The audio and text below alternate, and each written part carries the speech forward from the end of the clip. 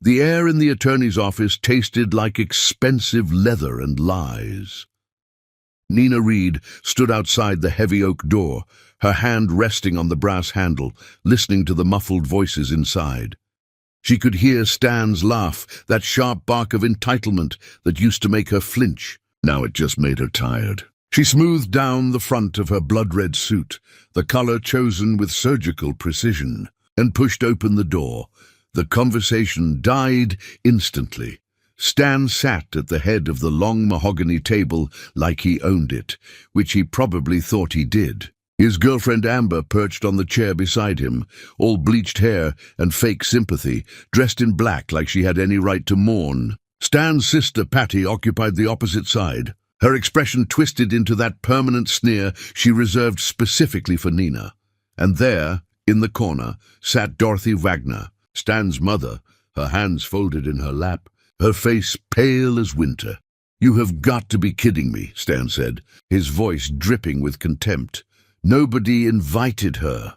Howard Finch, the attorney, glanced up from his papers. He was an older man with silver hair, and the kind of face that had seen everything twice. "Miss Reed is required to be present for this reading, Mr. Wagner." "Required?" Patty leaned forward, her jewelry clinking. "This is a family matter." She stopped being family the second she walked out. Nina moved to the empty chair at the far end of the table, her heels clicking against the hardwood floor. She said nothing. She had learned that silence was often the loudest weapon. I walked out. Nina finally spoke, her voice so calm it could freeze water. "Is that the story we're telling now?" Stan's jaw tightened. "We're not doing this here. Howard, just get on with it. We already divided everything. The properties, the accounts, the shares. My father's estate has been settled among the actual family members. She wasn't included for a reason." Amber reached over and squeezed Stan's hand, her acrylic nails like little daggers. "This must be so hard for you, baby." Nina watched the performance with detached fascination. Amber had been the secretary before she became the mistress. She wondered if the girl understood yet that being the other woman was just an audition for being the next discarded wife. Howard adjusted his glasses, a gesture Nina recognized as his tell when something significant was about to happen. "Mr. Wagner, I'm afraid there's been a misunderstanding regarding your father's final wishes." "What misunderstanding?" Stan demanded. "I've seen the documents. Everything goes to the Wagner family. Mother gets the estate in Connecticut. Patty gets the art collection and the properties in Florida. I inherit the company, the primary residence, the investment portfolio. It's all been decided." "Those were preliminary discussions," Howard said carefully. "Your father made significant changes to his will several times before his passing. The final version, signed and notarized, supersedes all previous arrangements." Patty's eyes narrowed. "What kind of changes?" Howard opened a thick folder, pulled out a document, and slid it across the table toward Stan. "Everything has been left to a single beneficiary." The room went so quiet Nina could hear her own heartbeat. Stan picked up the document, his eyes scanning the pages, his face going from confusion to disbelief to rage in the span of seconds. "This is fake," he said flatly. "This has to be fake. My father would never—" The will was witnessed by 3 independent attorneys, accompanied by a full psychiatric evaluation confirming your father's complete mental competency, and recorded on video with a verbal declaration of his intentions. Howard's voice remained professional, but Nina detected the slightest hint of satisfaction. "Everything is legally sound and beyond contestation." "Who?" Stan's voice cracked. "Who gets everything?" Howard looked directly at Nina for the first time since the meeting began. "Miss Nina Reed is the sole beneficiary of the entire Wagner estate. The company, all properties, all financial assets, the complete portfolio, everything." The explosion was immediate. Stan lunged across the table, scattering papers everywhere. "You manipulated him. You manipulated a dying old man." "Agreed. Sit down, Mr. Wagner," Howard said sharply, "or I will have security escort you out." Patty was on her feet, her voice shrill. "This is fraud. We'll sue. We'll fight this in every court in the country." Amber burst into tears, though Nina noticed they were remarkably dry tears. How could you do this to him? He loved his father. And only Dorothy remained silent, her hands still folded, her expression unreadable. Nina sat perfectly still through all of it, her face composed, her breathing even. She had prepared for this moment for so long that now it felt almost dreamlike. "Let me see those evaluations," Stan snarled, snatching papers from Howard's hands. He read frantically, his face mottling with color. "This says he was of sound mind. It says he made these changes willingly. It says—" His voice trailed off as he reached the video testimony section. "There's a recording?" "Your father wanted there to be no doubt about his intentions," Howard replied. "Would you like to watch it?" "Yes," Patty snapped. "Play it right now." Howard set up a small screen and pressed play. The face that filled it made Nina's throat tighten despite herself. Harold Wagner looked thin and tired, but his eyes were sharp, his voice steady. "If you're watching this, I'm gone, and my son is probably having a fit," Harold said from the screen, and Nina saw Stan flinch. "Stan, you're my blood, but you're also the biggest disappointment of my life. You never worked for anything. You took credit for other people's effort. You married a brilliant woman and treated her like furniture. I watched you for 8 years, hoping you'd grow up, hoping you'd become the man I needed you to be. Instead, you got worse." "Dad," Stan whispered, like the recording could hear him, "everything you think you accomplished. Nina did it. Every deal, every strategy, every decision that saved our company from the mess I left it in. That was her. She came to work for me privately because she loved the work, not because she wanted my money. She never asked for anything. She just kept building, kept creating, kept saving us all while you played golf and chased women young enough to be your daughter." Amber made a small, wounded sound. Patty looked like she wanted to break something.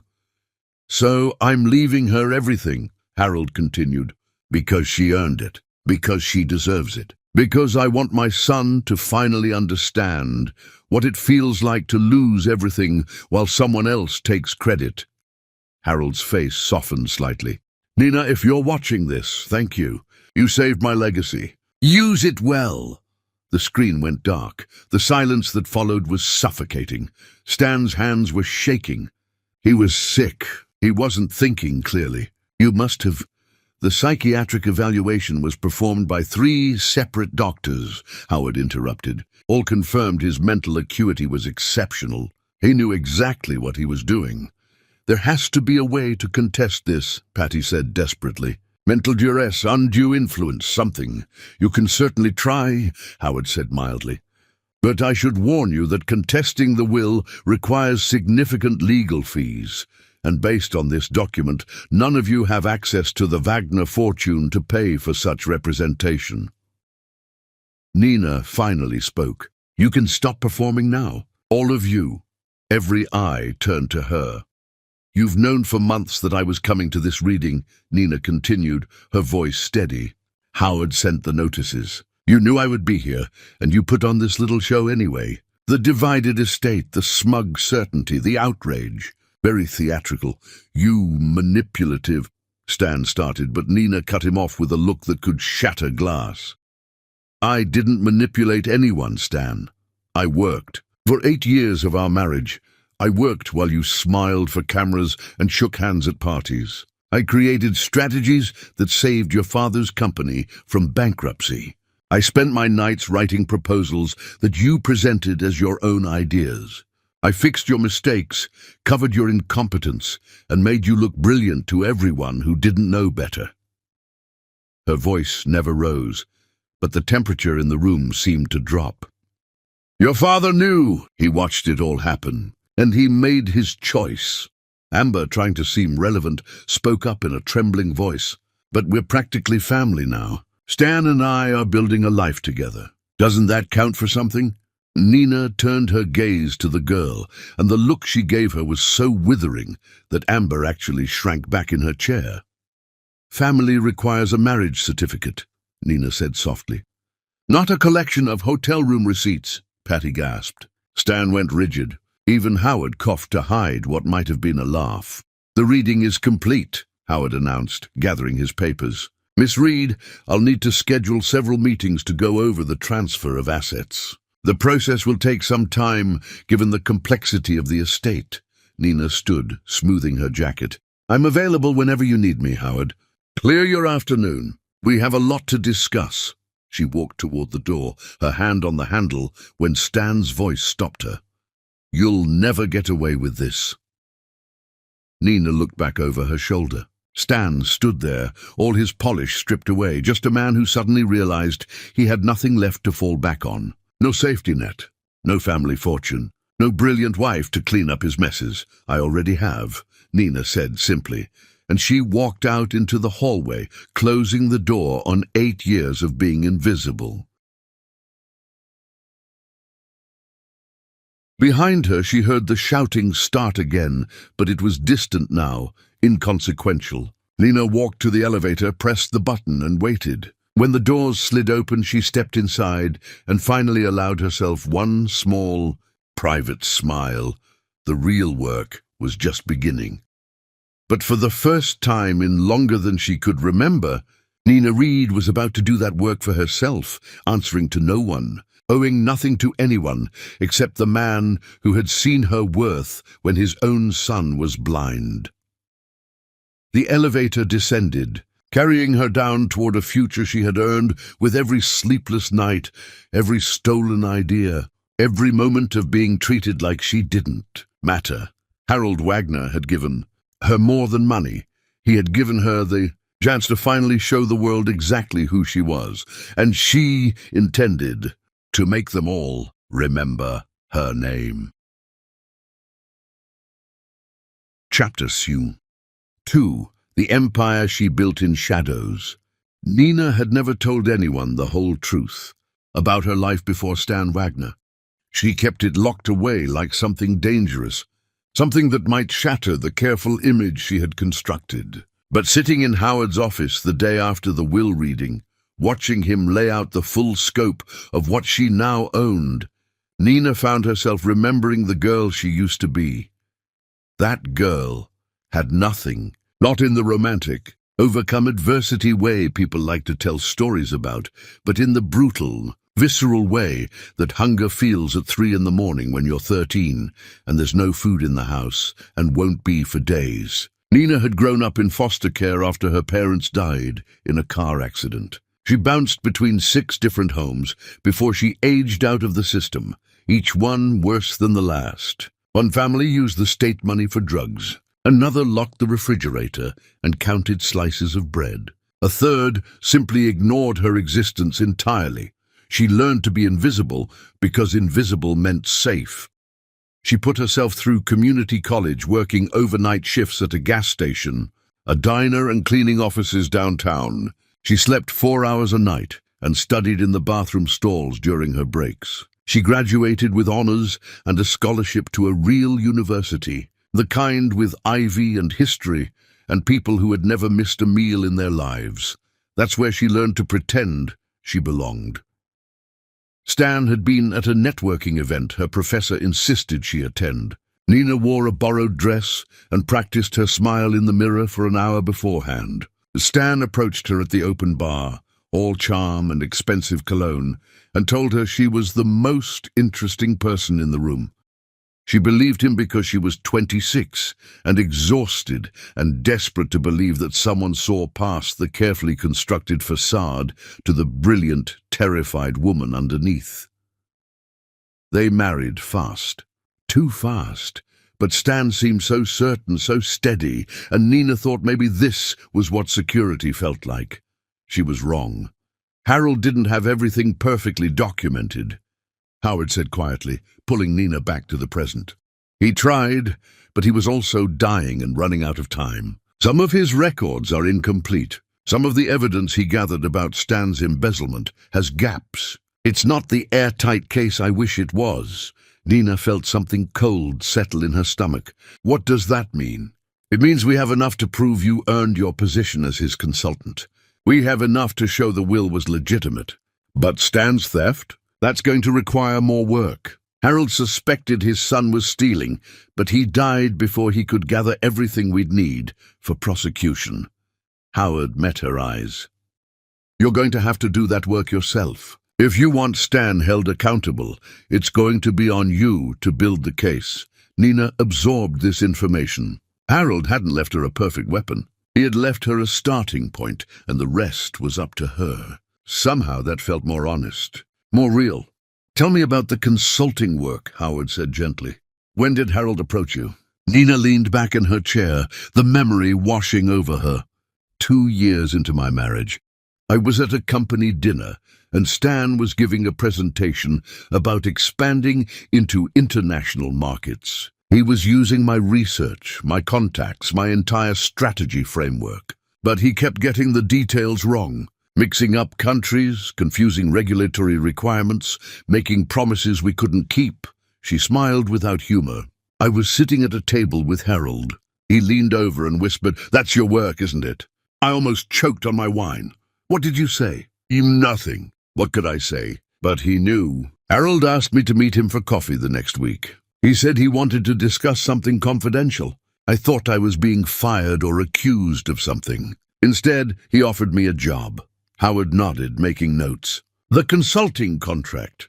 He said the company was struggling, that his son had been running things into the ground for years with terrible decisions and lazier execution. He needed someone who actually understood how to turn things around, but it had to be quiet. Stan couldn't know because his ego couldn't handle being shown up. Nina traced the edge of a document with her finger. Harold paid me fairly for every hour I worked, not as Stan's wife doing him a favor, but as a professional consultant with expertise he needed. And you saved the company. I did more than save it. I transformed it. There was no arrogance in her voice, just fact. I restructured the supply chain, renegotiated vendor contracts, opened new distribution channels. I spent 3 years essentially running Wagner Steel, while Stan thought he was the brilliant executive everyone believed him to be. Howard pulled out another file, this one thicker than the others. Harold kept records of your contributions. They're not perfect. Some meetings weren't recorded. Some strategy sessions only have his handwritten notes. But it's enough to establish that you were the architect behind the company's turnaround. Why wasn't it perfect? Harold was meticulous about everything because he was sick, Howard said gently. His heart was failing faster than anyone realized. He did what he could when he could, but he ran out of time. The will change, the video testimony, the psychiatric evaluations, those were his priority. Making sure you got what you earned. The rest, documenting Stan's crimes, gathering evidence of the theft. He started that work, but never finished it. Nina felt an unexpected wave of grief. Harold had tried to protect her, but he had been mortal, limited by time and illness. He hadn't left her a perfect revenge. He had left her a foundation and trusted her to build the rest.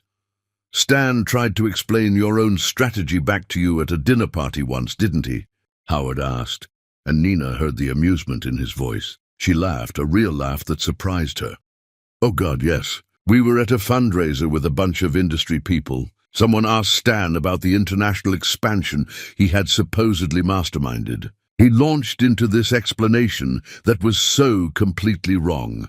I wanted to sink through the floor. He mixed up which markets we had entered, confused the timeline, and somehow turned a brilliant move into what sounded like a lucky accident. What did you do? I smiled and nodded like the supportive wife I was supposed to be. Then I went to the bathroom and called Harold to give him the correct information before Stan's version spread and damaged our actual partnerships. She shook her head.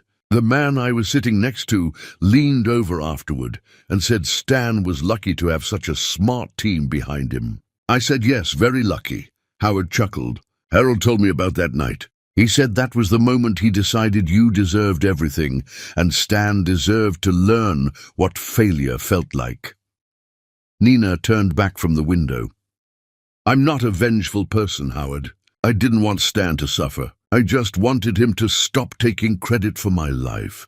And now he will. Howard began gathering the documents. But I need to warn you. Stan has been stealing from the company for years. Harold knew, but his evidence is incomplete. If you want to pursue charges, you'll need to do a full audit, gather documentation, build a case from scratch. It won't be easy. Good, Nina said firmly. If I'm going to do this, I want to do it right. Not because Harold handed me everything, but because I fought for it myself.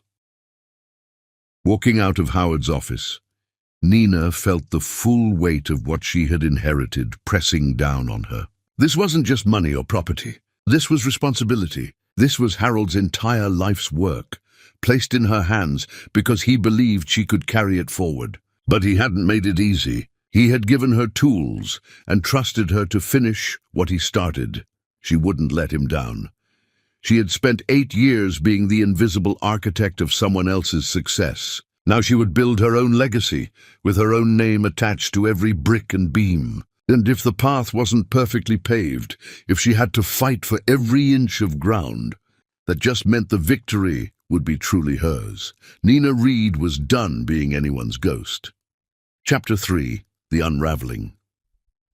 The board meeting started exactly on time, which Stan would have known was unusual if he had ever actually attended one with his full attention.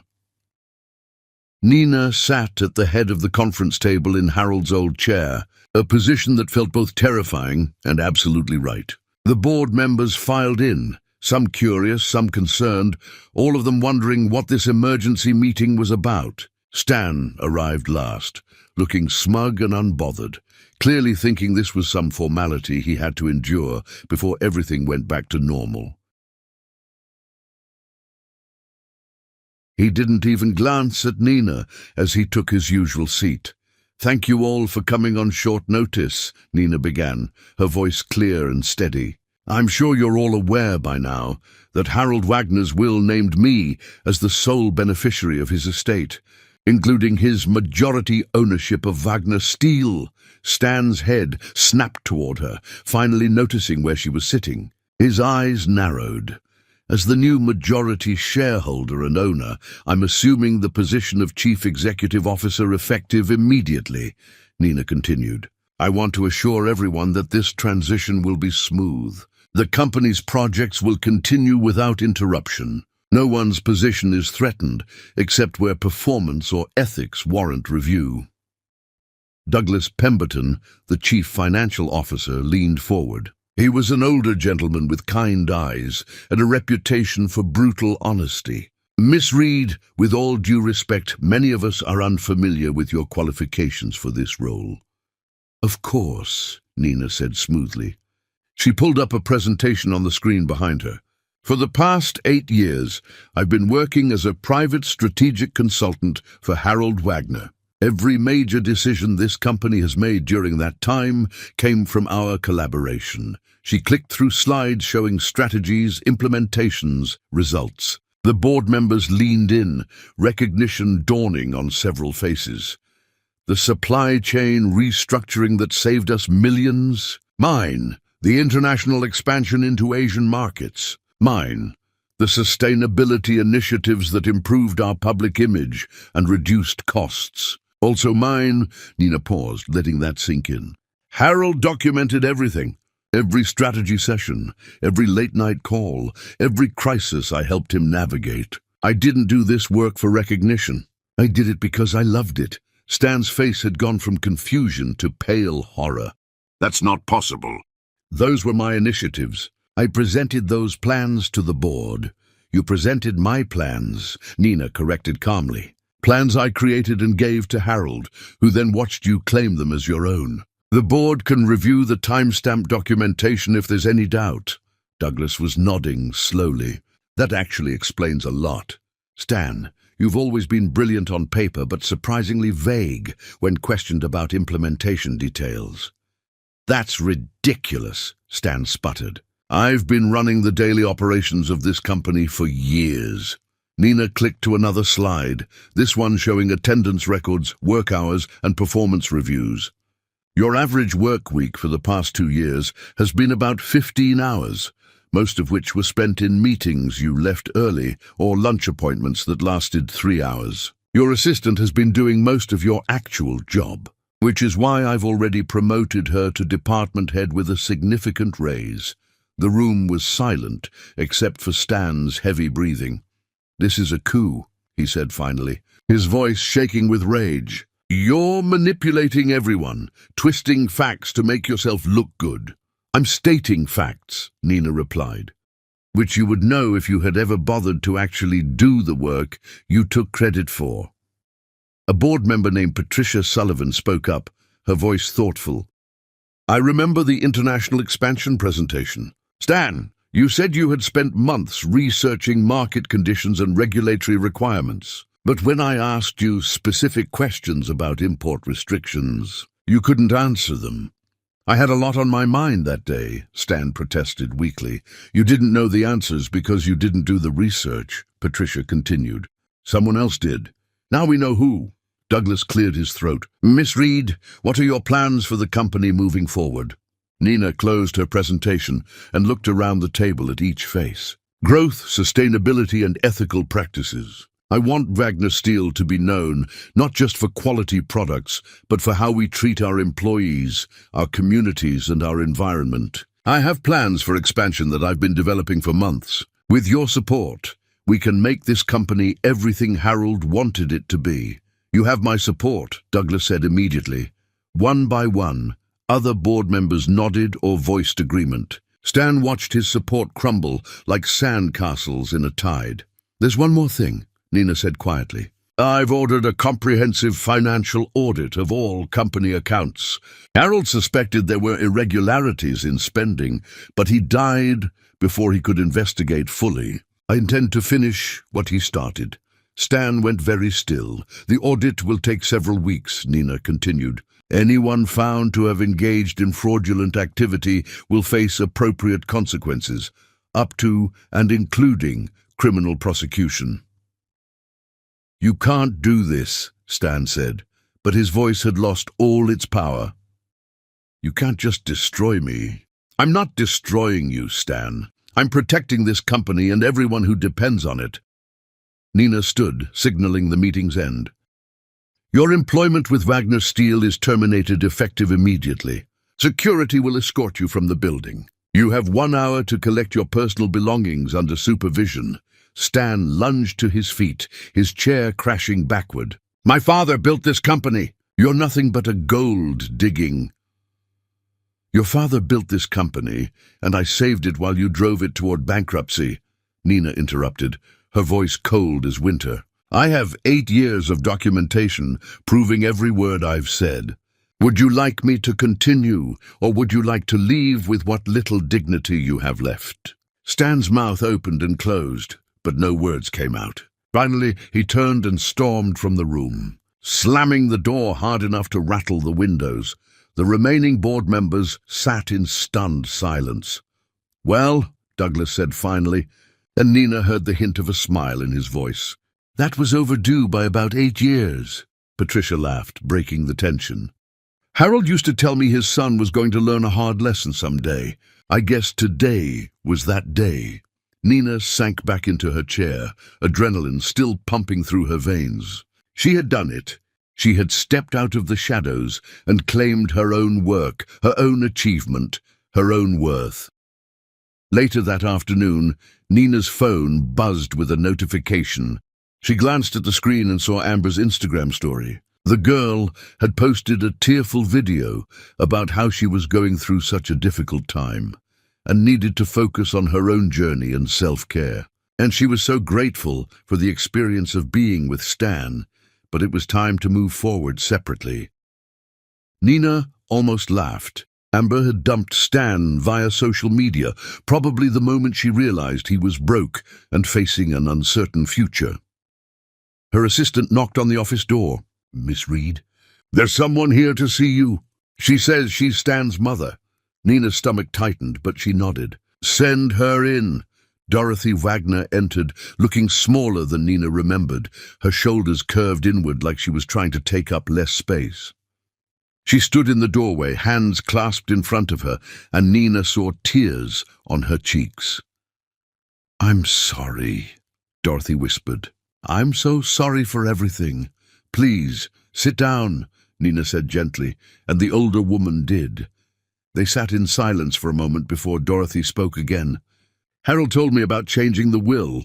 He told me everything you had done for the company, for Stan, for all of us. I supported his decision completely. You did. Nina, I watched my son treat you like you were decoration. I watched him take everything you gave and act like it was his brilliance. I watched you grow smaller and smaller in that house while he took up more and more space." Dorothy's voice broke. "I should have said something. I should have protected you. I didn't, and I will regret that for the rest of my life." Nina felt her own eyes burning. "It wasn't your responsibility to fix your son, maybe not. But it was my responsibility to be kind to the woman who kept my family's legacy from crumbling. You were more of a daughter to me than Patty ever was, even if I was too much of a coward to say so out loud." Dorothy reached across the desk and took Nina's hand. "Harold saw your worth. I saw it too. I just wish I had been brave enough to tell you before now." They talked for another hour, and Nina felt something in her chest loosen. Not everything about the Wagner family had been poisonous. Dorothy was proof that kindness could survive even in toxic soil. When Dorothy left, she hugged Nina tightly and whispered, "Make them all see what Harold and I saw. Show them exactly who you are." Nina stood at her office window as the sun set over the city, watching lights flicker on in buildings all around her. Somewhere out there, Stan was realizing his entire life had been built on borrowed credit. Somewhere out there, Amber was already looking for her next wealthy boyfriend. Somewhere out there, Patty was probably planning some petty revenge. But here, in this office that now bore her name on the door, Nina Reed was building something real, and nothing Stan Wagner said or did could take that away from her ever again. Chapter 4. The Fortress of Consequences. Nina woke up at dawn out of habit. Before remembering, she didn't have to pretend to be someone else anymore. She lay in bed in her new apartment, a space she had bought with her own money from the consulting work Harold had paid her for. Not the Wagner mansion where she had felt like a guest, not the sterile hotel where she had hidden after leaving Stan. This was hers, earned and chosen, and waking up here felt like breathing for the first time in years. Her phone buzzed with messages. Lakeisha, her best friend since college, had texted approximately 17 times with increasingly capital letters. Nina smiled and called her back. "You absolute goddess." Lakeisha screamed before Nina could even say hello. "I saw the news. Stan's face must have been priceless when you fired him." "It was satisfying," Nina admitted, pouring coffee in her kitchen. "Watching him realize he actually has to face consequences for once in his privileged life. Good, that man deserves to rot. Are you pressing charges for the embezzlement?" Nina had been thinking about that all night. Harold's evidence was incomplete, which meant she would have to build the case herself. Hire forensic accountants, dig through years of records, track down every fake vendor and unauthorized expense. It would take months and cost significant money and energy. "I ordered a full audit," Nina said. "Whatever we find, I'm turning over to the authorities. Stan doesn't get to walk away clean." "Good. Make him pay for every single thing he stole." They talked for another hour before Nina had to get ready for the day. She had meetings scheduled with every department head, one-on-one sessions where she wanted to understand the company from the ground up, not as Stan's wife making suggestions from the shadows, as the CEO who would be held responsible for every decision from now on. Her first meeting was with the head of manufacturing, a woman named Sylvia Torres, who had been with the company for decades. Sylvia walked into Nina's office and stopped short, staring at the name on the door that had been changed overnight. "So it's true," Sylvia said, sitting down. "Harold really left you everything." "He did." "Good." Sylvia smiled, and Nina saw relief in her eyes. Stan Wagner couldn't organize a lunch order without help. Watching him take credit for actual competent people's work was exhausting. Nina found that same sentiment echoed in almost every meeting. The people actually doing the work had known for years that Stan was coasting on someone else's intelligence. They just hadn't known whose "You created the sustainability initiative, didn't you?" asked the head of environmental compliance, a younger man who had nearly quit several times under Stan's leadership. Stan kept contradicting himself about the goals, but the written documentation was always clear and brilliant. "I wrote those documents," Nina confirmed, "working with Harold to implement them." That makes sense. Stan didn't even know what half the environmental regulations meant. He once suggested we just pay the fines instead of complying because it would be cheaper. The man's expression was disgusted. "You stopped that, I'm guessing." Immediately, Nina remembered that particular argument with Harold. Stan had been so cavalier about breaking environmental laws that Nina had written a 20-page report on why that would destroy the company's reputation and cost exponentially more in the long run. Harold had agreed, and Stan had somehow managed to present it as his own careful consideration of the ethics involved.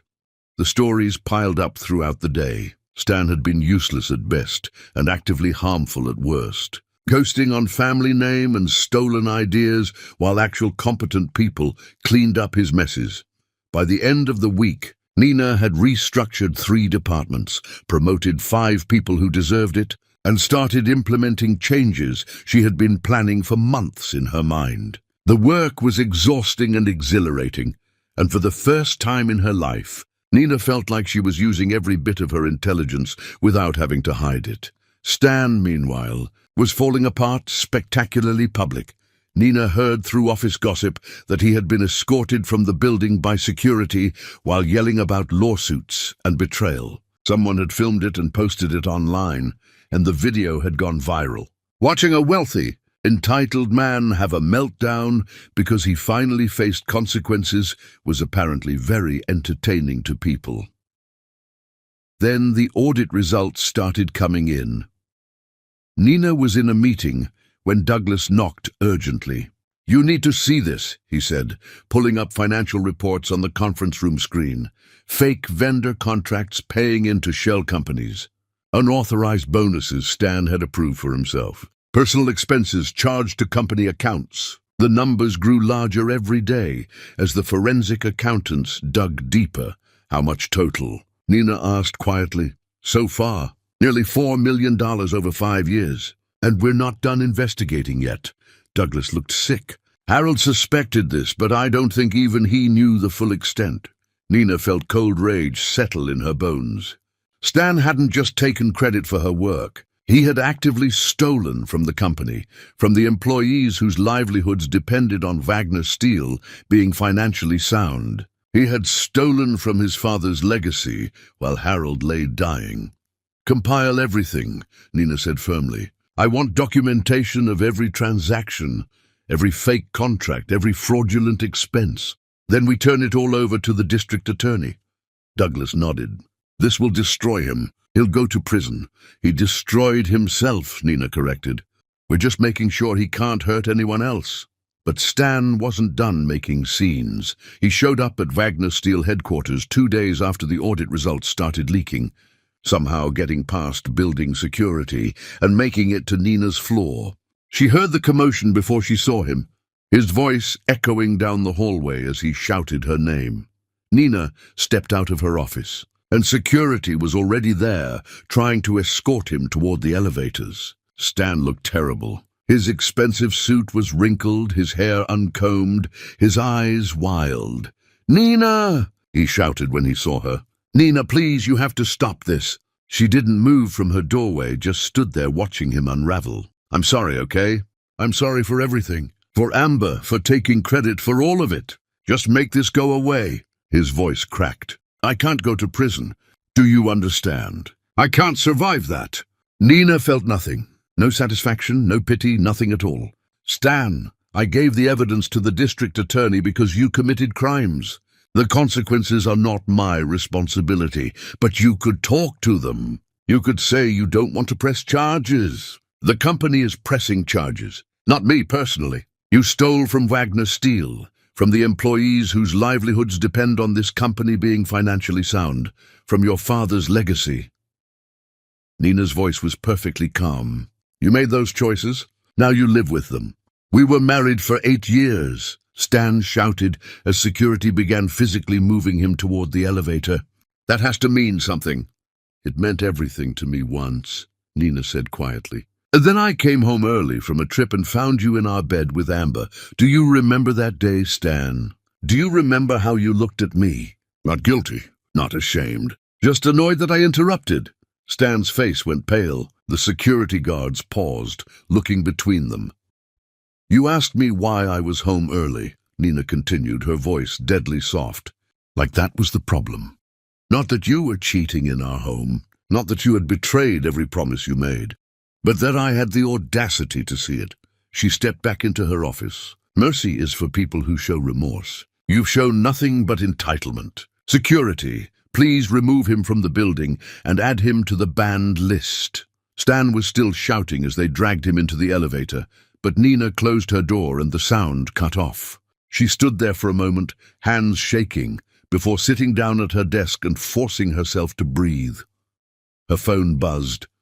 A text from Lakeisha. Just saw the video someone posted of Stan being dragged out of your building. You're a queen. Another text, this one from an unknown number. Miss Reed, this is Douglas Pemberton. On behalf of the entire board, thank you for protecting this company. Harold would be proud. Nina set down her phone and looked around her office. Harold's photos were still on one wall, his vision and values written in frames. She had added her own touches, her own style, but his presence remained. I hope I'm doing this right, she whispered to the empty room. You didn't leave me the perfect weapon, but maybe that was the point. Maybe you trusted me to finish what you started. The answer came in the form of work, dozens of projects needing attention, decisions requiring her input, problems only she could solve. Nina dove into it gratefully, letting the work drown out everything else. She had become the fortress that Stan's consequences crashed against. And unlike him, she was built to last. Chapter 5, The Business Queen Rises. 3 months after the will reading, Nina stood on stage at a national conference with 500 pairs of eyes watching her every move.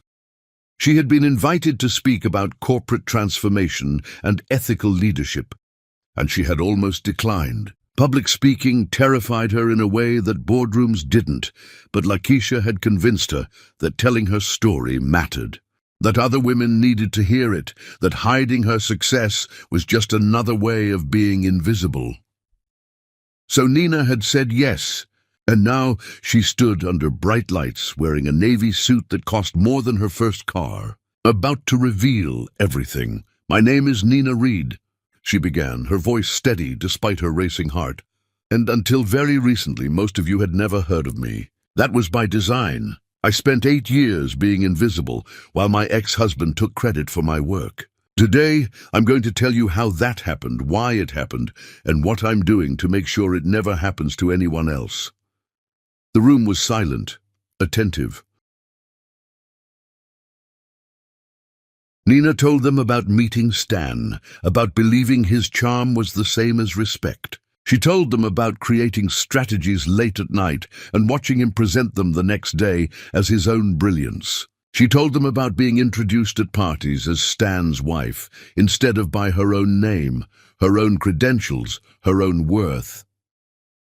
I allowed it, she said, and heard her voice crack slightly. That's the part that haunts me.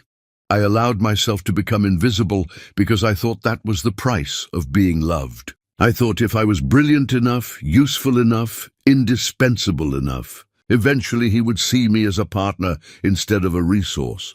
She paused, letting that admission hang in the air. He never did. And his father, Harold Wagner, watched this happen for years. Harold saw his son taking credit for my labor, and instead of confronting Stan directly, he did something else. He hired me, privately, confidentially, as a strategic consultant. He paid me fairly for every hour I worked. He documented what he could of my contributions, though he ran out of time before he could finish. And when he died, he left me everything because he believed I had earned it. The crowd erupted in applause. Nina waited for it to die down before continuing.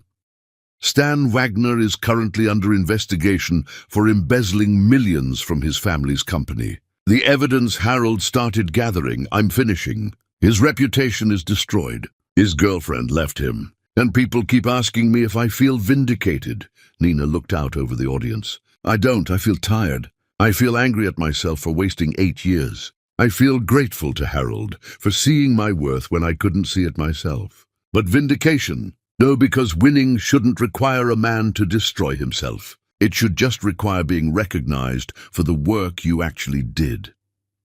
She talked about systemic credit theft in marriages and workplaces, about how women's ideas get attributed to men constantly, about how the work of making someone else look good is still work that deserves compensation and recognition. I'm starting a foundation, Nina announced, and this part she had only decided the night before. The Harold Wagner Foundation for Women in Leadership. It will provide mentorship, funding, and legal support for women whose work has been stolen by partners or employers. If your ideas are being appropriated, if your labor is being erased, if you're being made invisible, we will help you fight back. The applause this time was thunderous. Women stood, some crying, and Nina felt something in her chest expand. This was why she had said yes to this speech. Not for herself, but for every woman who needed to know she wasn't alone. Afterward, dozens of women approached her with stories. A researcher whose male lab partner published their shared work under only his name. A writer whose husband claimed her novel was his idea. A lawyer whose senior partner presented her case strategy as his own brilliance. Story after story of theft, erasure, diminishment. Nina took business cards, email addresses, promised to follow up. The foundation would be real. She would make sure of it. But success, she was learning, didn't heal the wounds that created the need for it. Late that night, back in her apartment, Nina sat on her balcony with a glass of wine and felt the hollowness inside her. She had won. She was CEO of a major company. She was wealthy beyond anything her foster care childhood could have imagined. She was respected, featured in magazines, invited to speak at conferences, and she felt absolutely empty. Her phone rang. Lakeisha, checking in like she did every night since the will reading. How did the speech go? Good. Great, actually. I'm starting a foundation. I know, I watched the live stream. You made half the audience cry, myself included. Lakeisha paused. So why do you sound miserable? Nina laughed, but it came out hollow. Because I don't know how to be this person. I know how to be invisible, Nina. The helper, the supporter. I know how to make other people successful. But being successful myself, I have no idea what that feels like. It feels like what you're doing right now. Working hard, helping others, building something meaningful. It feels lonely, Nina corrected softly. I work 16-hour days because when I stop working, I have to think about the fact that I wasted 8 years of my life loving someone who never loved me back. That I was so desperate to be seen that I accepted being invisible. That I'm almost 40 and I have no idea who I am outside of being useful. Silence on the other end, and then Lakeisha said something that broke Nina's heart. You need to take a vacation. A real one. Not a conference or a business trip. Actual rest. I can't. The company will survive 2 weeks without you. Lakeisha interrupted firmly. You have an excellent executive team. Delegate, trust them. And go somewhere you can remember you're a human being, not a revenge robot. Nina wanted to argue, but Lakeisha was right. She was running herself into the ground, using work to avoid feeling anything real. Where would I even go? Somewhere with no internet, no cell service, no way for you to obsess over quarterly reports. Somewhere you can breathe. Lakeisha's voice gentled. Nina, you survived, you won. Now you need to actually live. After they hung up, Nina sat with her wine and looked at the city lights. She thought about her apartment, beautiful and empty. Her office powerful and isolating. Her life successful and hollow. She pulled up travel websites and started searching. Somewhere small, somewhere quiet, somewhere she could disappear again, but this time by choice. She found a rental cottage in Savannah, historic and charming, available for 2 weeks starting next month. The photos showed a front porch with rocking chairs, a garden overgrown with flowers, windows that looked out on tree-lined streets. Nina booked it before she could talk herself out of it. Then she called her assistant and told her to clear her calendar. She was taking 2 weeks off, unreachable except for genuine emergencies. Her team could handle everything else. The assistant sounded shocked but pleased. "Miss Reed, that's wonderful. You deserve a break." Did she deserve it? Nina wasn't sure, but she needed it, which maybe was the same thing. 3 weeks later, Nina pulled up to the cottage in Savannah with a single suitcase and a desperate hope that she could figure out how to be happy somewhere in this new life she had built. The cottage was perfect, exactly what the photos promised. Nina unpacked slowly, then sat on the front porch with iced tea and watched the sunset paint the sky. For the first time in months, she felt herself relax. Tomorrow, she would explore. She would walk through parks and visit galleries and eat good food. She would remember what it felt like to exist without performing, without strategizing, without proving her worth every single second. Tonight, she would just sit here and breathe. The business queen had risen, conquered, and transformed everything she touched. Now, she needed to remember how to be just Nina again. Chapter 6.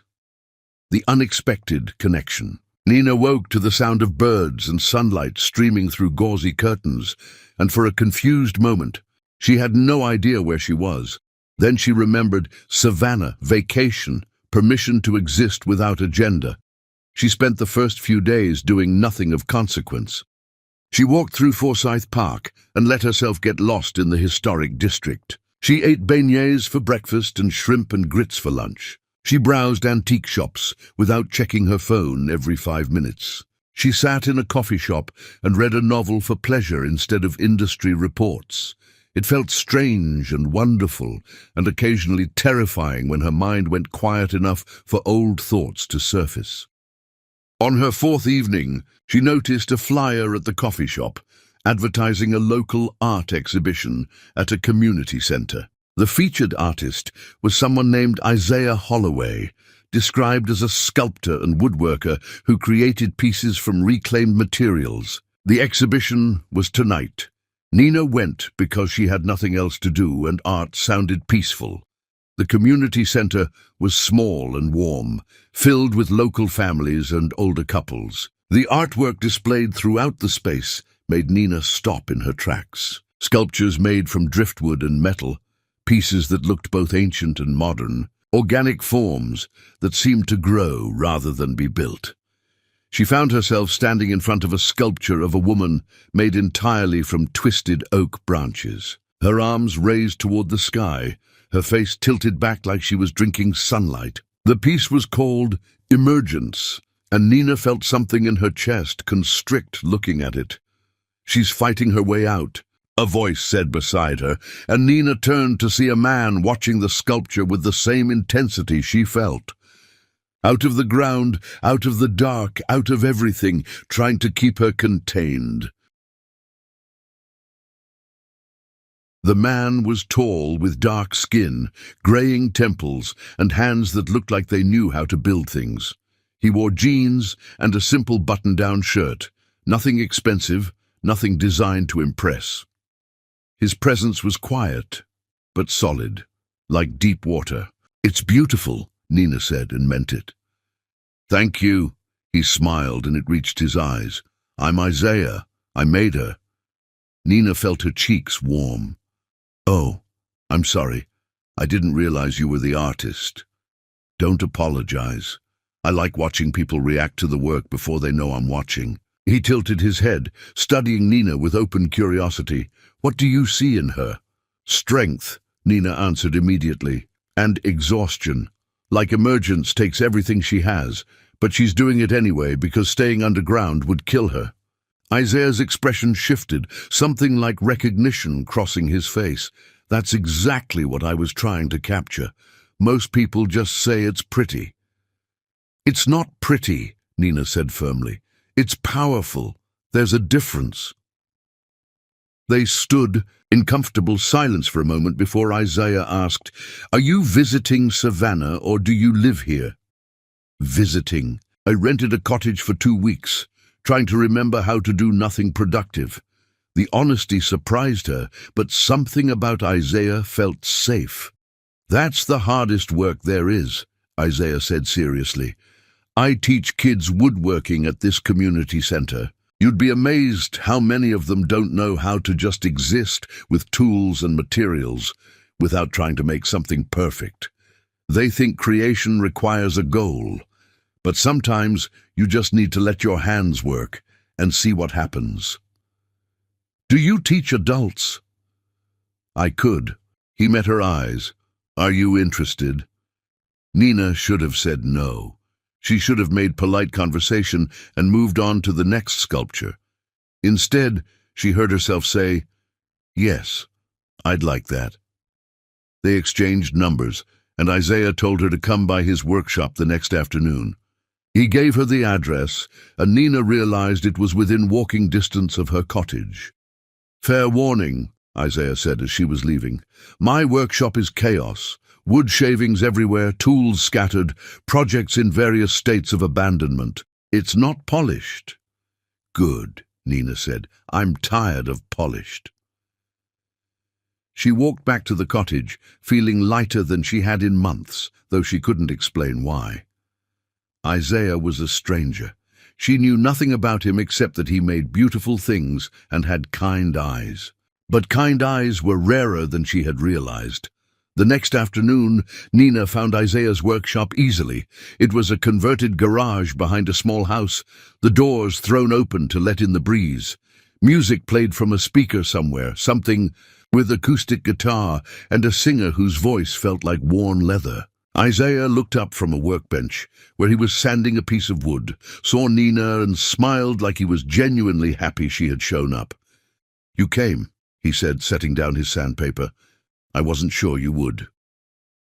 "Why wouldn't I?"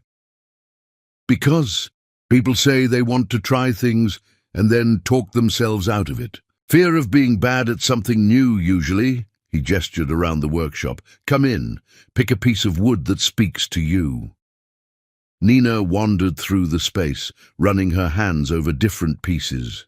Smooth oak, rough pine, weathered barn wood with old nail holes. She chose a piece of maple, pale and clean, small enough to hold comfortably. Isaiah showed her how to sand, how to feel the grain, how to work with the wood instead of fighting it.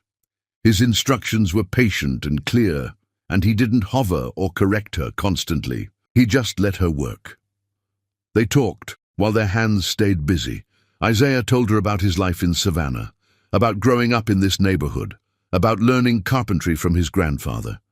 He mentioned his late wife casually, not dwelling, but not hiding it either, and Nina understood that grief was just part of his landscape now. "She died from cancer," Isaiah said, his hands never stopping their work. "I thought I would die too from the weight of missing her. But you don't die from grief. You just carry it differently over time." "How long has it been?" 6 years. Zara, our daughter, was 10 when it happened. She's a teenager now, which is its own adventure. He glanced at Nina. "You're divorced? How did you know?" "The way you said you're trying to remember how to do nothing productive. That's what people say when they've been defined by someone else's expectations for too long." Isaiah's voice was gentle, not prying. "You don't have to talk about it if you don't want to." But Nina found she did want to talk about it. Maybe because Isaiah had no idea who she was, no preconceptions, no judgments. Maybe because his hands kept working on wood, and that made the conversation feel less intense. She told him about Stan, about the marriage that felt like drowning, about leaving and discovering she had been invisible for 8 years.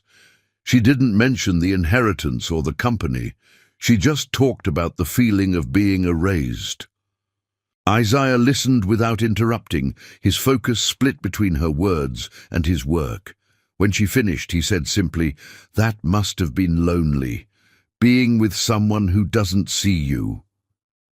"It was," Nina whispered, surprised by the sting of tears in her eyes. "For what it's worth, I see you right now," Isaiah said, meeting her gaze.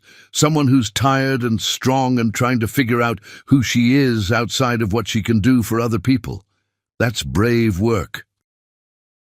Nina had to look away because the kindness in his voice was almost unbearable. They worked in silence for a while, and it wasn't uncomfortable. Nina found herself focusing on the feel of wood under her hands, the smell of sawdust, the quiet music in the background. Her mind went peaceful in a way it never did when she was alone. "Why don't you own a television?" Nina asked suddenly, remembering what Isaiah had mentioned earlier. He laughed. "Because I'd rather make things than watch things.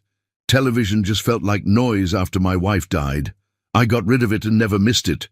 Same with social media. I'm happier without it."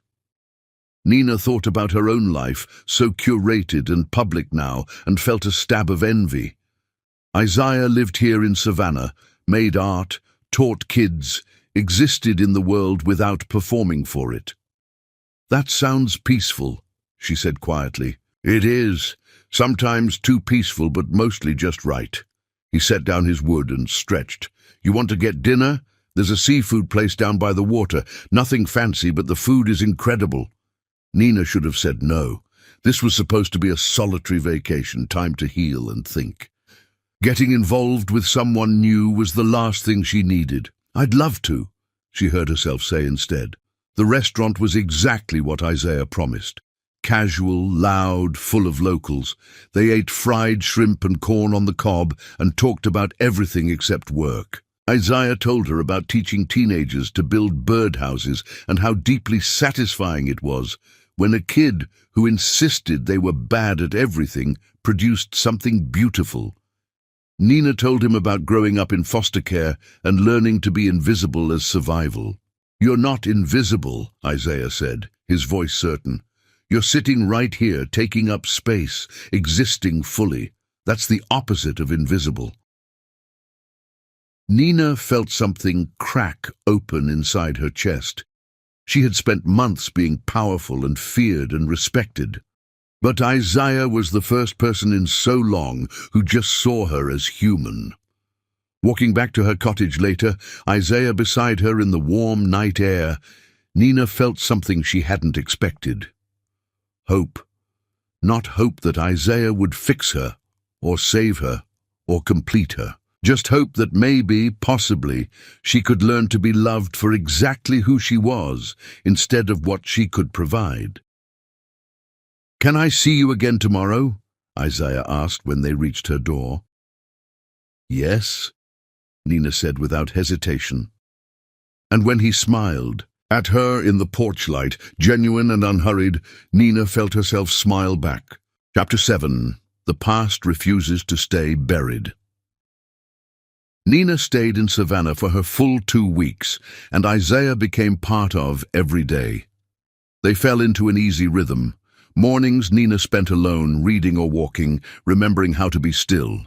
Afternoons, she went to Isaiah's workshop, and they worked on projects together while talking about nothing important. Evenings they explored the city, eating at hole-in-the-wall restaurants, wandering through historic squares, existing together without expectations. Isaiah never pushed. He didn't ask invasive questions or demand explanations for her silences. He just showed up, steady and present, and let Nina be whoever she needed to be in any given moment. She met his daughter Zara one afternoon when the teenager stopped by the workshop. Zara was smart and guarded, her natural hair elaborate. Braids, her eyes assessing Nina with the wariness of someone who had learned to protect her father from potential hurt. "Dad talks about you constantly," Zara said bluntly. "He says you're learning woodworking." "I am. Badly but enthusiastically," Nina replied, and saw the ghost of a smile on Zara's face. Dad's a good teacher. He's patient even when you mess up. Zara picked up one of Nina's early attempts at carving, a lopsided bird that looked vaguely drunk. This is terrible. Zara, Isaiah said, but Nina laughed. It absolutely is. I'm getting better, though. Want to see the less terrible bird I made yesterday? They spent an hour together, and by the end, Zara was showing Nina her own artwork, intricate drawings of imaginary cities and fantastical creatures. Nina asked real questions and listened to real answers, and she saw Zara relax incrementally.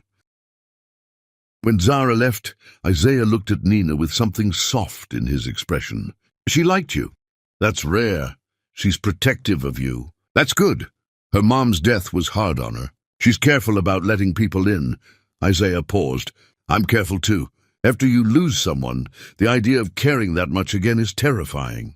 Nina understood. She had lost Stan differently, but grief was grief. I'm not asking for promises, Isaiah. I'm just asking for right now. Right now works for me, he said, and kissed her forehead gently. Nina returned to New York, feeling more like herself than she had in years, and immediately the real world crashed back in. Her assistant had a stack of urgent messages. The company was fine, thriving even, but there were decisions waiting for her approval. The foundation she had announced was already receiving applications from women who needed help, and the embezzlement investigation had progressed significantly. The district attorney's office called, her assistant said carefully. They have enough evidence now. They're filing charges against Stan Wagner. Nina felt her stomach twist. She had known this was coming, but somehow she had let herself forget during her time in Savannah. The audit she had ordered, the forensic accountants she had hired, all of it had led here. Stan would face criminal charges built on evidence she had helped gather. When? Nina asked quietly. Next week. They want to confirm you'll be available to testify at trial. Tell them yes, she said. I'll testify. Over the next few weeks, Nina threw herself back into work. The company was expanding, new projects launching, everything she had planned coming together. But underneath the success, she felt fragile in a way that scared her. She and Isaiah talked every day, video calls that stretched late into the night. He told her about his projects and Zara's school drama. Nina told him about running a company and feeling like an imposter despite doing everything right. You're not an imposter, Isaiah said firmly. You earned everything you have. You worked for it. That work counts even if someone tried to steal credit. What if I only know how to be good at working? What if that's all I am? Then you figure out who else you want to be. That's allowed, Nina. You're allowed to grow and change and want different things. His face on the screen was so steady, so certain. You don't have to be perfect. You just have to be real. Nina wished he was here instead of hundreds of miles away. She wished she could fall asleep next to someone who saw her as human instead of powerful. But wishing didn't change geography, or timing, or the complicated fact that she barely knew him and had no idea if this was real or just vacation. Escapism. Then Stan made everything worse by reaching out through a mutual acquaintance. The message came through. Someone from Nina's college days. A woman Stan had apparently charmed into believing his version of events. The woman called Nina and asked hesitantly if Nina would be willing to meet with Stan before the trial. He's desperate, the woman said. He knows he made mistakes, and he wants a chance to apologize face to face. Tell him no, Nina said immediately. He's really struggling. Nina, he's lost everything. He stole millions of dollars and spent 8 years treating me like I was invisible. I don't care if he's struggling. Nina's voice was ice. He earned his consequences. But the woman kept pushing, kept insisting that mercy mattered, kept suggesting that maybe Nina was being vindictive. Finally, Nina agreed to one meeting just to shut her up. Lakeisha tried to talk her out of it. Nina, you don't owe him anything. Definitely not closure or forgiveness or whatever he's going to try to manipulate you into giving him. I know, but I need to see him one more time. I need to confirm that what I remember is real, that I'm not exaggerating how bad it was. Nina rubbed her face tiredly. And maybe part of me needs to say goodbye to the person I was when I believed his lies. The meeting was set for a conference room in a downtown hotel, neutral territory with other people nearby. Nina dressed carefully, armor in the form of a charcoal suit. Her hair pulled back severely, every inch of her radiating control. Stan was already there when she arrived, and the sight of him made her chest tight. He looked terrible, his expensive suits replaced with something cheaper, his confidence shattered. But his eyes held that same entitled expectation that someone would save him. "Thank you for coming," Stan said, his voice shaking. "I know you didn't have to." Nina sat across from him and said nothing. Stan launched into what was clearly a rehearsed speech. He was sorry. He had been overwhelmed by his father's expectations. He hadn't known how to handle the pressure. Amber had been a mistake born from confusion. He had always loved Nina deep down, and he regretted everything. Nina listened to all of it with a blank expression, waiting for one thing, waiting for him to take actual responsibility without excuses. He never did. Every apology came with a justification. Every admission came with a deflection. Stan was sorry he hurt her, but also the company was complicated. He regretted taking credit, but also he had been under tremendous pressure. He wished things had gone differently, but also Nina had to understand his position.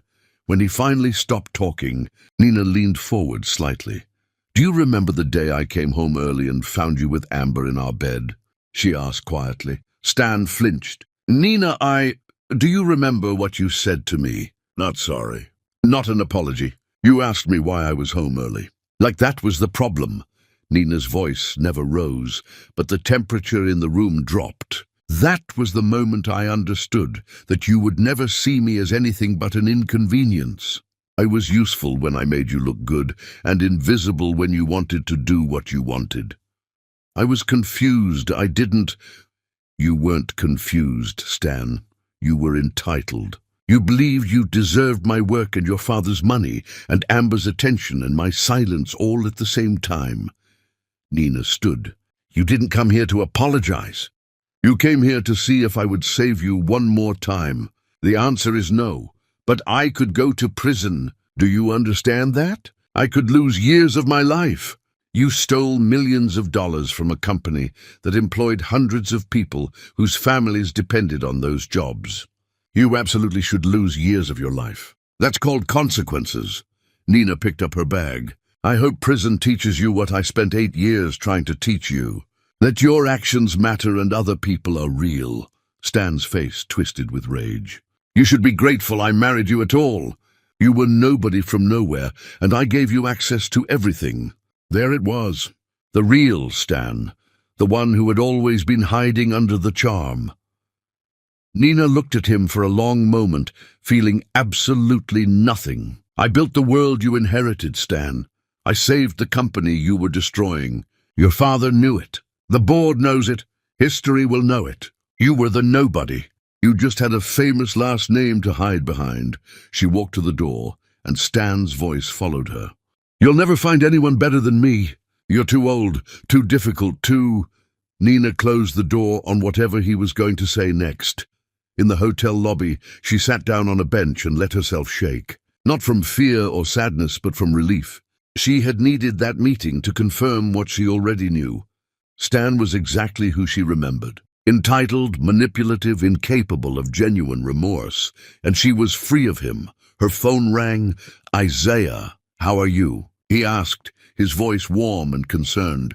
"I just proved to myself that leaving Stan was the best decision I ever made," Nina said, and felt herself smile. "Can we talk tonight? I need to hear your voice." "Always," Isaiah said simply. Nina walked out of the hotel into the bright afternoon, and the sun felt warmer than it had in months. Chapter 8. Building Something Real. The video of Stan being escorted from the hotel while screaming at Nina went viral within hours. Someone in the lobby had filmed it, and the internet immediately made Stan a cautionary tale about wealthy men facing consequences. The comments were brutal and satisfying, though Nina tried not to read them.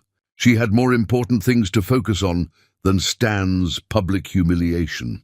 The trial was approaching, and Nina prepared her testimony with her lawyers. She would have to detail every embezzlement, every fake contract, every instance of theft. The evidence was overwhelming, but Stan's lawyers were trying every tactic they could think of to discredit her. "They're going to paint you as vindictive," her attorney warned. "A bitter ex-wife who wants revenge." "Let them try," Nina said calmly. "The evidence speaks for itself." Meanwhile, Wagner Steel was thriving beyond anyone's expectations. Nina had implemented new, sustainable practices, expanded into international markets, and the company's value had increased significantly. Magazine covers featured her as a business leader, and interview requests came constantly. She agreed to one major profile because the journalist promised to focus on the work rather than the drama. The interview was honest and difficult. Nina talking about credit theft in marriages, about women's invisible labor, about learning to value herself. "What would you say to women in similar situations?" the journalist asked. Nina thought carefully. "Document everything. Keep records of your ideas, your work, your contributions. Protect yourself financially if possible. And believe that you deserve better than being invisible. Because you do." The article went viral, shared by thousands of women who saw their own stories reflected. Nina received messages from around the world. Thank you notes and requests for advice, and stories of leaving or staying or fighting back. The Harold Wagner Foundation was officially launched with a gala that raised millions. Nina gave a speech about her father-in-law's legacy, about his belief in her when she couldn't believe in herself. And there wasn't a dry eye in the house. But underneath all the success, Nina felt herself fraying. She worked 16-hour days. She attended every meeting, reviewed every contract, made every decision. She was everywhere and nowhere, powerful and exhausted, successful and barely holding on. Lakeisha finally cornered her at the foundation gala. "You look terrible." "Thank you, that's exactly what I needed to hear," Nina said, taking a glass of champagne from a passing waiter. "I'm serious. When's the last time you slept more than 5 hours? When's the last time you ate something that wasn't delivered to your office?" Lakeisha grabbed Nina's arm. "You won. You destroyed Stan, saved the company, built a foundation. But you're destroying yourself in the process." "I'm fine. You're not. And I love you too much to watch you burn out." Lakeisha's voice softened. "Call Isaiah. Go visit him. Let someone take care of you for once." Nina wanted to argue, but she was too tired. The truth was, she missed Isaiah with an intensity that scared her. They talked every day, but it wasn't enough. She wanted his solid presence, his steady hands, his way of seeing her as human instead of powerful. "What if this is all just escapism?" Nina asked quietly. "What if I only feel safe with him because he doesn't know who I really am?" "Then tell him who you really are and see if he still wants you," Lakeisha said practically. "That's how relationships work. You let someone see you completely, and you trust them not to use it against you." Nina flew to Savannah the next weekend without telling Isaiah she was coming. She wanted to surprise him, but also she needed to see his face when she told him everything. The whole truth. The inheritance, the company, the public battle with Stan, everything she had carefully avoided mentioning. She found him at the workshop on a Saturday morning, teaching a group of teenagers how to sand wood properly. He looked up, saw her standing in the doorway, and his entire face lit up. "Nina," he said, and crossed the workshop to her in 3 long strides. "What are you doing here? I needed to see you. Can we talk?" Isaiah told the teenagers to keep working, that he'd be back in a few minutes. Then he walked Nina outside to a bench under a magnolia tree. "What's wrong?" he asked immediately. Nina took a breath. "I haven't been completely honest with you about my life, about who I am and what I do." Isaiah waited, his expression open but cautious. "My ex-husband wasn't just some guy who took credit for my work. He was Stan Wagner, heir to Wagner Steel. His father left me the entire company when he died because I had been working for him secretly for years, saving the business. I'm the CEO now. I own everything. Nina watched Isaiah's face carefully. I'm also very public because Stan was charged with embezzlement, and there was this whole scandal. I've been on magazine covers and news programs. I started a foundation. I'm not just some woman recovering from a bad marriage. I'm kind of famous in certain circles. Isaiah sat back, processing this. Okay. That's it? What do you want me to say? He looked genuinely confused. That I'm intimidated? That this changes how I see you? Doesn't it? Nina, I fell for the woman who stood in front of my sculpture and saw strength and exhaustion. The woman who was terrible at carving birds but kept trying anyway. The woman who talked to my daughter like she was a person instead of an obstacle. Isaiah took her hand. I don't care that you run a company or that you're famous. I care that you're here, that you chose to tell me, that you trusted me with the truth. Nina felt tears burning in her eyes. You're not upset I didn't tell you sooner. I'm not thrilled you felt like you had to hide it. But I understand why you did. You needed to be just Nina for a while. Not CEO Nina or Revenge Nina or any other version people expect. He squeezed her hand. For what it's worth, I like just Nina. She's my favorite. Nina laughed through her tears. I missed you so much. Good. I missed you too. Isaiah pulled her close, and Nina let herself lean into him. So what happens now? You live in New York, I live here. You run a massive company, I make furniture. This is complicated. Very complicated, Nina agreed. But I don't want to lose this. Whatever this is, then we figure it out. I can visit you. You can visit me. We can video call until we're sick of each other's faces. Isaiah kissed her forehead. I'm not asking you to give up your life for me. I'm just asking you to let me be part of it. They spent the weekend together, and Nina met his friends, saw his life, understood what he had built here in Savannah. It was quiet and full and completely different from her world of boardrooms and headlines. On Sunday evening, they sat on his back porch watching the sunset, and Nina said what had been building in her chest all weekend. I think I'm falling in love with you, and it terrifies me. Isaiah turned to look at her, his expression serious. Why does it terrify you? Because the last person I loved made me invisible. Because I don't know how to be powerful and vulnerable at the same time. Because you make me want things I didn't think I was allowed to want. Nina's voice cracked. You make me want to be soft, and I've spent so much time learning to be hard. You can be both, Isaiah said gently. You can be the woman who runs a company and the woman who learns woodworking badly. You can be powerful in boardrooms and soft with people you trust. Those things don't cancel each other out. Stan never let me be both. I'm not Stan. Isaiah's voice was firm. I'm not intimidated by your success. I'm not trying to diminish you. I see you, Nina, all of you. The powerful parts and the scared parts and everything in between. And I'm falling in love with all of it. Nina kissed him then, desperate and deep, trying to communicate everything she couldn't say out loud. Isaiah kissed her back with the same intensity, and when they finally pulled apart, both breathless, he smiled. So we're doing this? He asked. We're doing this, Nina confirmed. It's going to be messy and complicated and probably a disaster. Most good things are, Isaiah said, and pulled her close again. Nina flew back to New York feeling lighter and more terrified than she had in months. She was building something real with Isaiah, something that required trust and vulnerability and all the things she had learned to protect herself against. But maybe, just maybe, she was finally strong enough to risk being soft. Chapter 9. The Trial and the Truth. The courthouse steps were crowded with reporters when Nina arrived for the first day of Stan's trial.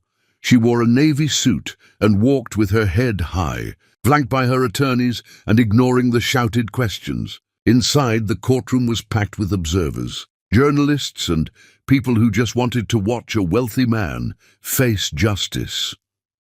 Stan sat at the defense table looking smaller than she remembered. his expensive suits unable to hide the fact that he had lost everything. He glanced at Nina when she entered, and there was no remorse in his eyes. Just anger and disbelief that this was actually happening. The prosecution's case was methodical and devastating. They presented fake vendor contracts that paid into shell companies Stan controlled. Unauthorized bonuses he had approved for himself. Company credit cards used for personal vacations. The numbers were staggering. Nearly $4 million stolen over 5 years. Nina watched from the gallery as witness after witness testified. The company's former accountant detailed suspicious transactions. The CFO, Douglas Pemberton, explained how Stan had bypassed normal approval processes. Even Dorothy Wagner testified, her voice shaking as she admitted her son was guilty and she supported full accountability. The defense tried to paint Stan as overwhelmed and confused, a victim of his father's impossible expectations. They brought in psychologists who talked about pressure and stress and how difficult it was to live up to a family legacy.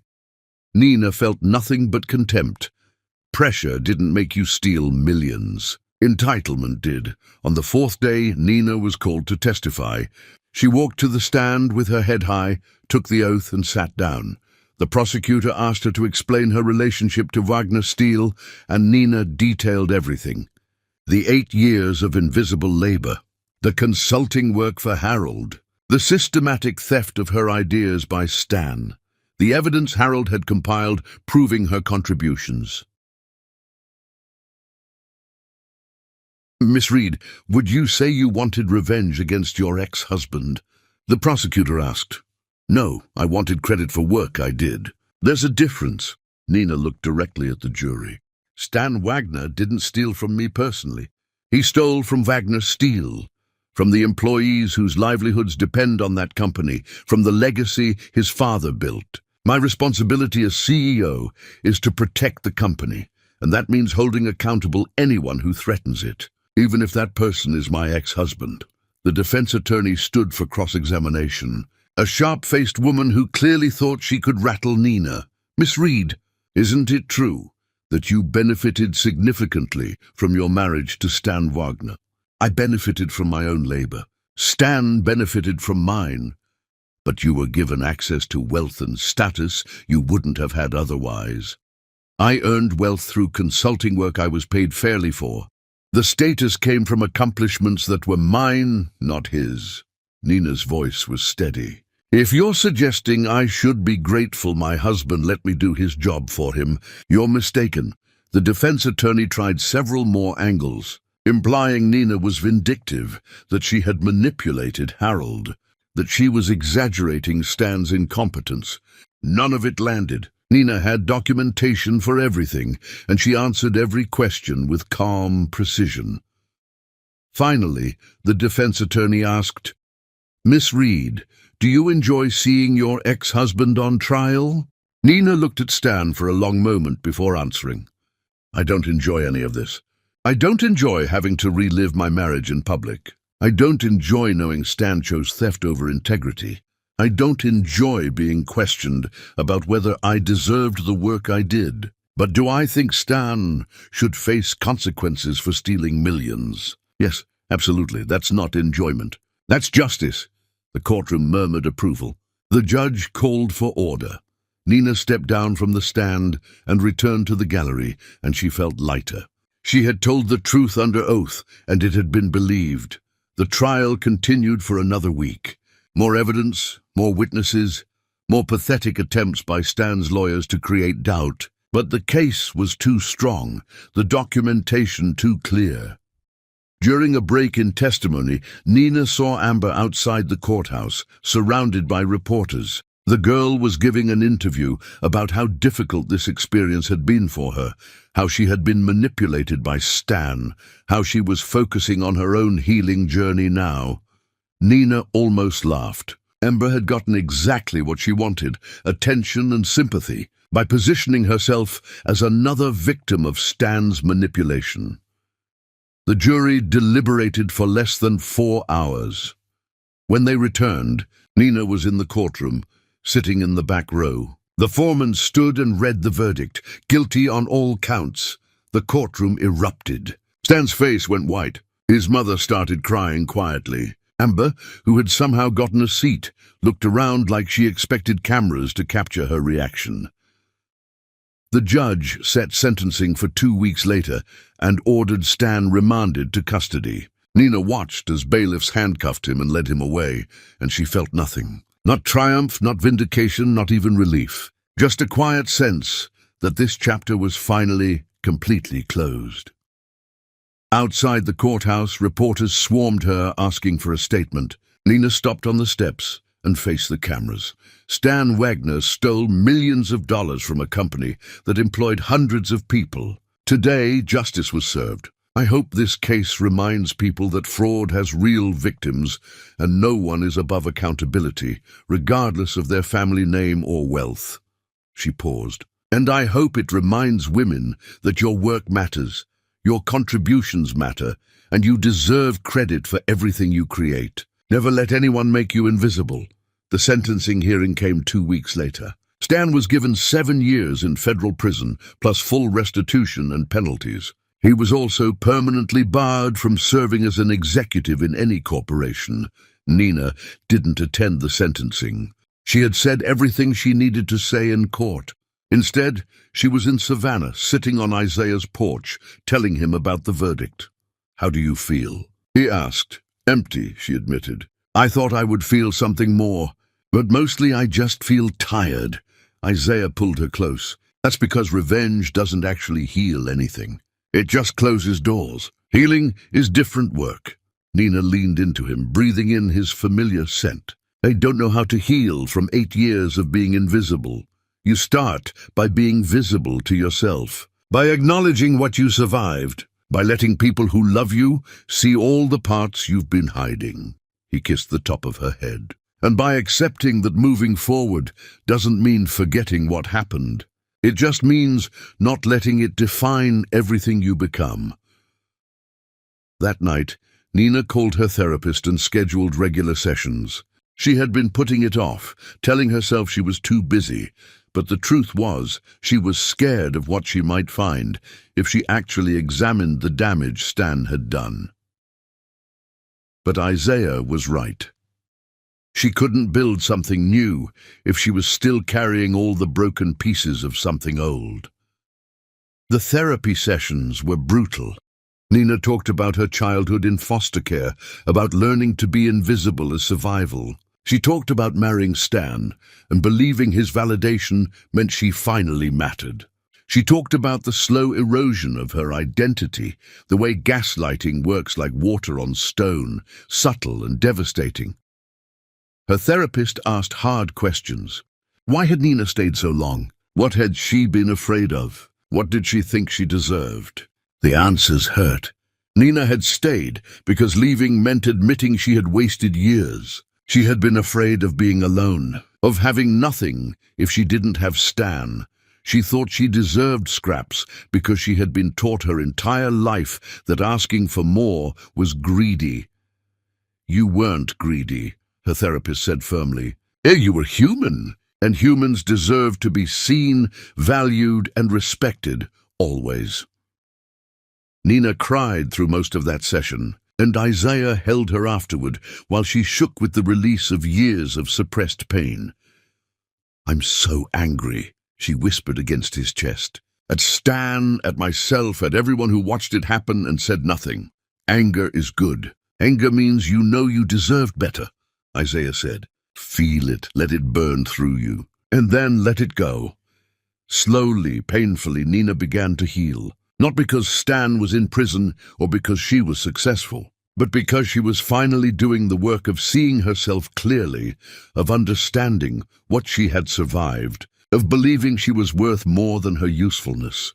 And because Isaiah was there, steady and patient, showing her what love looked like when it wasn't conditional. Chapter 10. The Marriage That Almost Killed Her. Nina woke in Isaiah's house on a Sunday morning and realized she was happy, not successful or powerful or vindicated, just happy in the simple way that comes from feeling safe and seen. Isaiah was still sleeping beside her, And Nina watched him in the early light, memorizing the curve of his face, the steady rise of his chest. They had been together almost a year now, navigating the distance between New York and Savannah, building something real despite geography and complications. Nina split her time between both places, running Wagner Steel with an executive team she trusted, spending weeks in Savannah where she could breathe.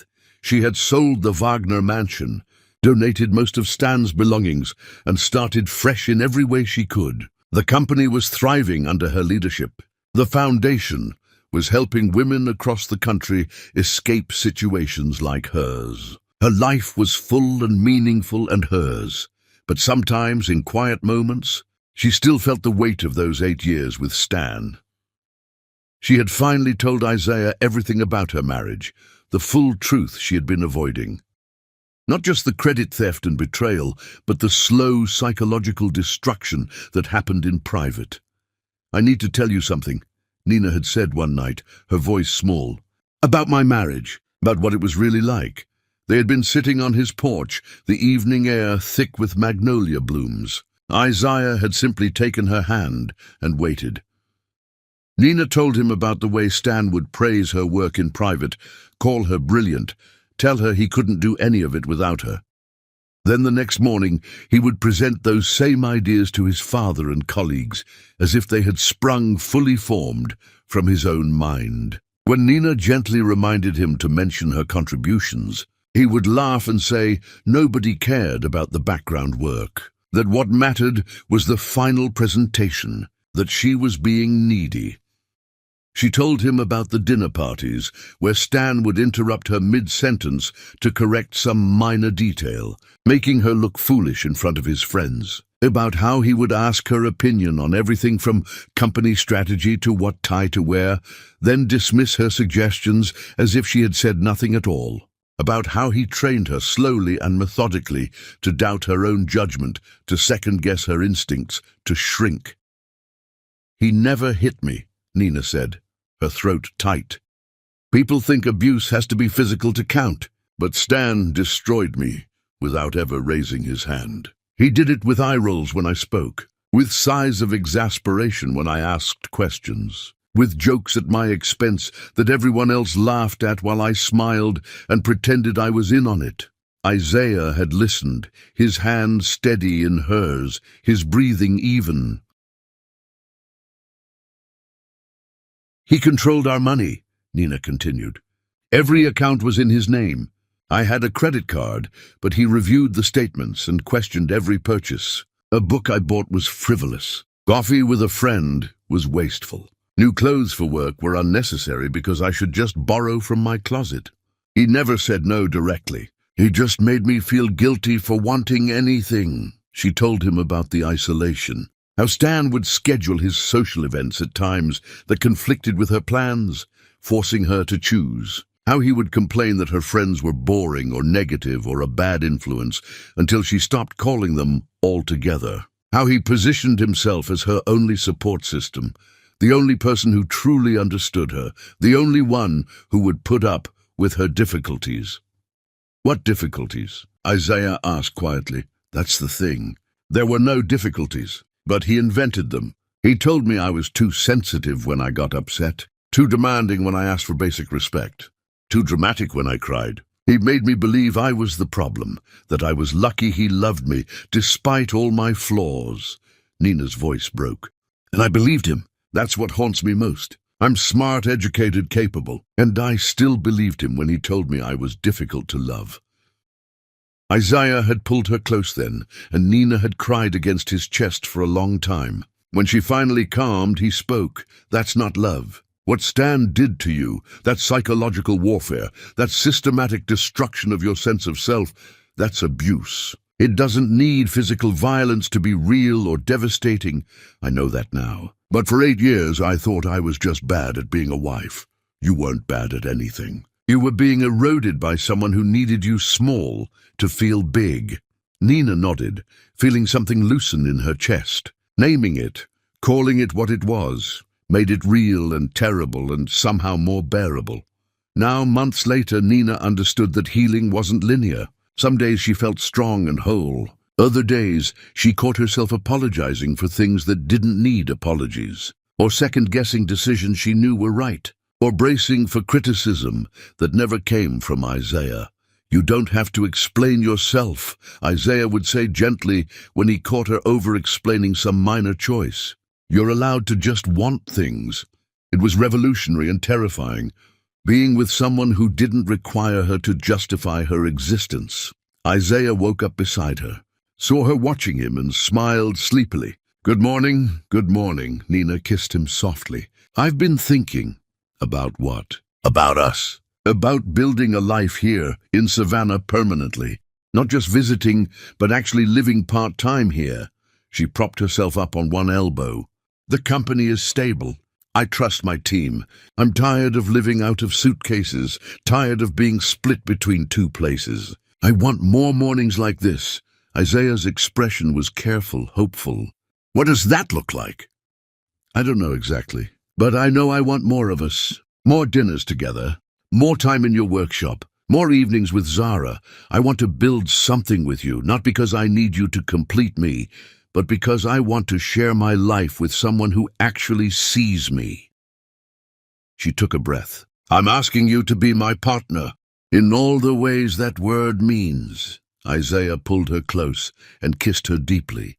"Yes, to all of it. To building something together, to being visible to each other, to choosing each other every day." He smiled against her lips. "I love you, Nina Reed. The real you, not the CEO or the revenge story or any other version people see. Just you." "I love you too," Nina whispered, and felt the truth of it settle in her bones. They spent the morning planning logistics. Nina would work remotely from Savannah 2 weeks every month. Isaiah would visit New York when she needed to be there for extended periods. They would build a life that honored both their needs instead of requiring one person to disappear. Later, Nina met with Dorothy Wagner for lunch. Stan's mother had become an unexpected friend, someone who understood the complexity of loving someone broken and needing to protect yourself anyway. "Stan wrote me from prison," Dorothy said quietly, stirring her tea. "He's furious. He blames you for everything. Says you orchestrated his downfall, that you were always manipulative and vindictive." Nina felt nothing but sadness for the man who would never understand what he had lost. "Of course he does. Stan has never taken responsibility for anything in his life." "I wrote him back," Dorothy continued. "I told him that you didn't destroy him. He destroyed himself through his own choices, and I supported every consequence he faced." She looked up, her eyes bright with tears. "I also told him I was ashamed of the mother I had been, the way I stayed silent when I should have spoken, the way I enabled his behavior by never demanding better."